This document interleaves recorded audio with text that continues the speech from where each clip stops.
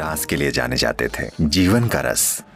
शिव ने, जो हिमालय क्षेत्र में रहते थे, जब ये सुना तो शिव ने नाविक की पत्नी के कपड़े उधार लिए और रास देखने गए।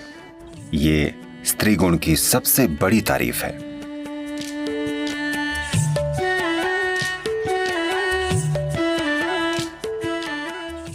आज का दिन खास है। आज कृष्ण जन्माष्टमी है। कृष्ण के बारे में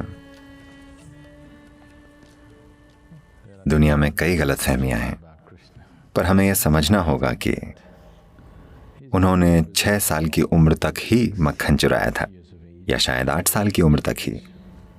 16 की उम्र में जब उनके गुरु संदीपनी ने उन्हें याद दिलाया कि उनके जीवन का उद्देश्य क्या है, तो वो तुरंत वृंदावन से चले गए और कभी वापस नहीं आए। वो कभी भी अपने रिश्तेदारों या वहां की लड़कियों या लड़कों से मिलने उस इलाके में कभी नहीं गए। सब वहीं खत्म हो गया। 16 की उम्र में वो चले गए। जब वो जा रहे थे, आज राधे कृष्ण कहा जाता है। कृष्ण से पहले राधे आती हैं, क्योंकि उनका प्रेम, उनकी अंतरंगता और उनका रोमांस पूरे भारत की संस्कृति में, पूरे उपमहाद्वीप की संस्कृति में कुछ इस तरह समा गए कि हम कृष्ण राधे नहीं कहते, हम कहते हैं राधे कृष्ण। पर 16 साल की उम्र में कृष्ण ने राधे को आखिरी बार देखा, उसके बाद कभी नहीं देखा। 16 की उम्र में वो जाते समय वो बोले, ये बांसुरी मैं तुम्हारे लिए बजाता था, अब मैं जा रहा हूं और वापस नहीं आऊंगा। तो एक भेंट के रूप में, तुम जो प्रेम से इतनी सराबोर हो, मैं ये बांसुरी तुम्हें दे रहा हूं और मैं फिर कभी बांसुरी नहीं बजाऊंगा। और उन्होंने फिर कभी बांसुरी नहीं बजाई। उसके बाद से राधा ने बांसुरी बजाई। 16 के बाद उन्होंने कभी बांसुरी नहीं बजाई। 16 से 21 तक वे ब्रह्मचारी बनकर रहे। उन्होंने संन्यास लिया, ब्रह्मचारी बने और जबरदस्त साधना की। इसके बाद उनका पूरा जीवन राजनीतिक प्रक्रिया और आध्यात्मिक प्रक्रिया का मिलन करवाने के लिए समर्पित था। ये बातें कभी बताई नहीं जाती कि भारत के उत्तरी मैदानों में उन्होंने 1000 से ज्यादा आश्रम बनाए, क्योंकि वो चाहते थे कि आध्यात्मिक प्रक्रिया एक अलग चीज न रहे, बल्कि जीवन का ही एक हिस्सा बन जाए। जैसे हम जीते हैं, यानी हमारा ध्यान करना उतना ही जरूरी है जितना हमारा सुबह ब्रश करना। वो चाहते थे कि आध्यात्मिक प्रक्रिया एक दिखावटी चीज ना हो, बल्कि जीवन का एक अहम हिस्सा बन जाए। खास तौर से देश के उन सारे राजाओं के लिए जो तब अखंड भारत का एक हिस्सा होते थे। तो उन्होंने पूरी तरह से समर्पित और प्रतिबद्ध जीवन जिया। पर आमतौर पर लोग सोचते हैं कि उन्होंने बस मक्खन खाया, बांसुरी बजाई और लड़कियों के साथ नाचे। नहीं, उनका जीवन ऐसा नहीं था। पर यह भी एक जरूरी पहलू था। एक बड़ी सुंदर कहानी है। आज कृष्ण जन्माष्टमी है, तो मुझे यह कहानी सुनानी चाहिए। कृष्ण अपने रास के लिए जाने जाते थे। The word ras literally means juice. रास शब्द का मतलब है रस। ज्यादातर लोगों के जीवन में सबसे बड़ी समस्या यह है कि उनमें रस नहीं है, बल्कि हार्मोन है। उनमें जीवन का रस नहीं है, यानी जीवन ही नहीं है, जीवन की तीव्रता नहीं है। तो रास यानी जीवन का रस, शरीर का नहीं बल्कि जीवन का। क्योंकि शरीर के रस कम ज्यादा होते रहते हैं, वो समय समय पर बदलते रहते हैं। पर वो बात कर रहे हैं जीवन के रस की। तो पूर्णिमा की रात के नृत्य को रास कहते थे, क्योंकि वो जीवन के रस से भरा हुआ होता था। This is not a hormonal party in the night. वो रात की हार्मोनल पार्टी नहीं होती थी, न तो वो शराबियों की पार्टी थी, वो कामुक लोगों की पार्टी नहीं थी। ये उनकी पार्टी होती थी जो जीवन के आनंद से भरपूर थे। तो उसे रास कहा जाता था। ये रास मशहूर हो गया। जिन्होंने उनमें हिस्सा लिया या देखा, उनकी वजह से रास की बातें फैलने लगी।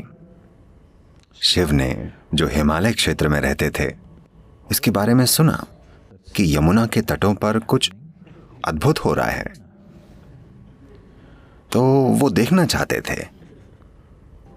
क्योंकि वो रास करने वालों में से नहीं है, वो तांडव करते हैं।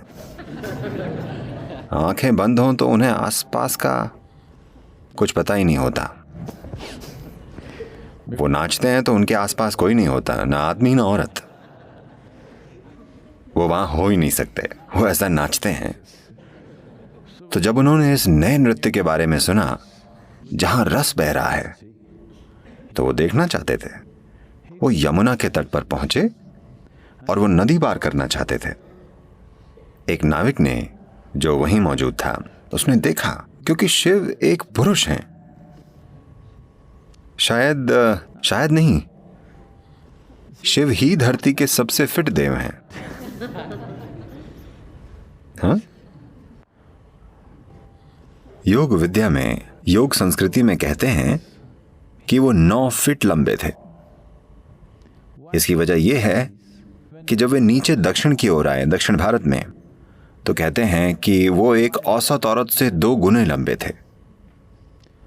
तो आमतौर पर उस समय दक्षिण भारत में औरतों का कद 4.5 से 5 फुट के बीच था। तो ये माना जाता है कि वो 8.5 से 9 फुट के बीच थे। तो वे एक पुरुष हैं, पूरे पुरुष, परम पुरुष। तो नाविक उन्हें देखकर बोला, आप बहुत ज्यादा ही पुरुष हैं, आप रास में ऐसे नहीं जा सकते। वहां बस एक ही पुरुष है, सिर्फ एक। वहां कृष्ण ही पुरुष हैं। इस तरह का आदमी वहां नहीं जा सकता। शिव बोले, तो अब मैं क्या करूं? वो बोला, कम से कम औरतों के कपड़े पहनकर जाइए। वो बोले, क्या मैं औरतों के कपड़े पहनकर जाऊं? वो बोला, वरना आप रास में नहीं जा सकते। तब वो बोले, अब मुझे औरतों के कपड़े कहां मिलेंगे? तब वो नाविक बोला, मैं अपनी पत्नी से कहता हूं, वो आपको अपने कपड़े दे देगी। आप उन्हें पहने और जाएं। रास में सही तरीके से हिस्सा लीजिए, एक स्त्री गुण की तरह, न कि पुरुष गुण की तरह।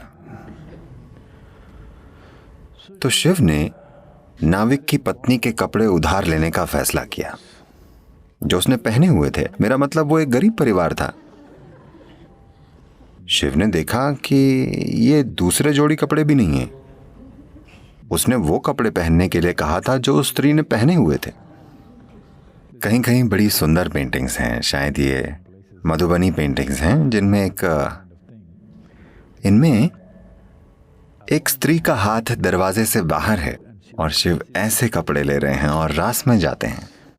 ये कहानी कृष्ण के गुणगान करते हुए हमें ये बताती है कि अगर आपको रास को जानना है तो आपको स्त्री गुण को जानना होगा, नहीं तो आप रास नहीं जान पाएंगे। ये प्रकृति, ये स्त्री गुण की सबसे बड़ी तारीफ है, समझे आप? ये स्त्री गुण की सबसे शानदार तारीफ है, स्त्री नहीं, स्त्री गुण। क्योंकि इस संस्कृति में हमने हमेशा समझा है कि जीवन सिर्फ तभी सुंदर होगा जब पुरुष और स्त्री गुण की भूमिका बराबर हो। Today we are building a world where feminine is being massacred. आज हम ऐसी दुनिया बना रहे हैं जिसमें स्त्री गुण खत्म किया जा रहा है। आज सफल होने के लिए औरत को आदमी जैसा बनना पड़ता है, वरना कोई चांस नहीं है कि वो आज की दुनिया में सफल हो पाएगी। स्त्री गुण का खून किया जा रहा है। आप देखिए, ये हो रहा है। आप दुनिया में कहीं भी जाएं, अब सामान्य बातचीत में भी लोग बिल्कुल पहले जैसी बातें नहीं करते। अब वो मौसम की भी बातें नहीं करते जैसे पहले करते थे। आज दुनिया का हर बेवकूफ एक ही बात कर रहा है, इकोनॉमी। हाँ, कहीं भी जाएं, इकोनॉमी का क्या हाल है, शेयर मार्केट कैसा चल रहा है। कोई मॉनसून के बारे में भी नहीं पूछ रहा है। सभी सिर्फ अर्थव्यवस्था और शेयर मार्केट की बातें कर रहे हैं। इसका मतलब पुरुष प्रकृति हावी हो गई है। जीवन यापन सबसे बड़ी चीज बन गई है। एक सरल सी चीज, इकोनॉमी का मतलब क्या है? simple survival. बस जीवन यापन, है ना? जीवन यापन के पेचीदा तरीके, हाँ है ना? जीवन यापन का प्रोसेस, भोजन कैसे मिलेगा, ये कैसे करें, वो कैसे करें, कैसे कुछ बना लें, ये जीवन यापन हुआ। घर बनाना, खाना, कपड़े पहनना, थोड़ी खरीदारी करना, ये जीवन यापन है ना? अब हम बस जीवन यापन की ही बात कर रहे हैं, क्योंकि स्त्री गुण काफी हद तक दूर कर दिया गया है। कम से कम घरों में इसे रखें, बाहर समाज में तो ये काफी हद तक खत्म है। पुरुष गुण ही सब कुछ है। तो आज कृष्ण जन्माष्टमी है, यहाँ उनका संदेश ही ये है। वो ये कह रहे हैं कि अगर समाज में स्त्री गुण ना हो तो असल में जीवन भी नहीं होगा। हम आदमी या औरतों की बातें नहीं कर रहे हैं, हम नर मादा की बात नहीं कर रहे हैं, हम दो मूल गुणों की बात कर रहे हैं, पुरुष गुण और स्त्री गुण।